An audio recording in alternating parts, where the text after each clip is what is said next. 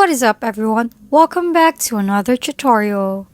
In this video, I'm going to teach you on how to fix Discord stream loses color issue.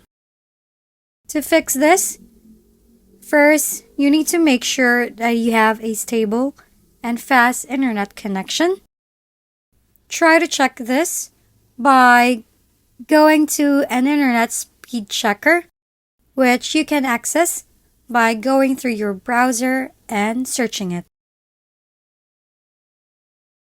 Next is to try optimizing your Discord settings. Open your Discord app and go to User Settings or click the gear icon. Now here, click on the voice and video. Check your video settings and make sure that it is optimized for your device and network. Next, you can try to disable hardware acceleration. Now here, look for the app settings and click the advanced.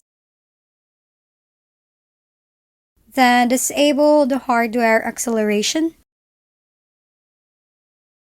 Restart the Discord app and see if the issue is resolved. Now, if the issue persists, try to restart your computer and see if it will fix the problem.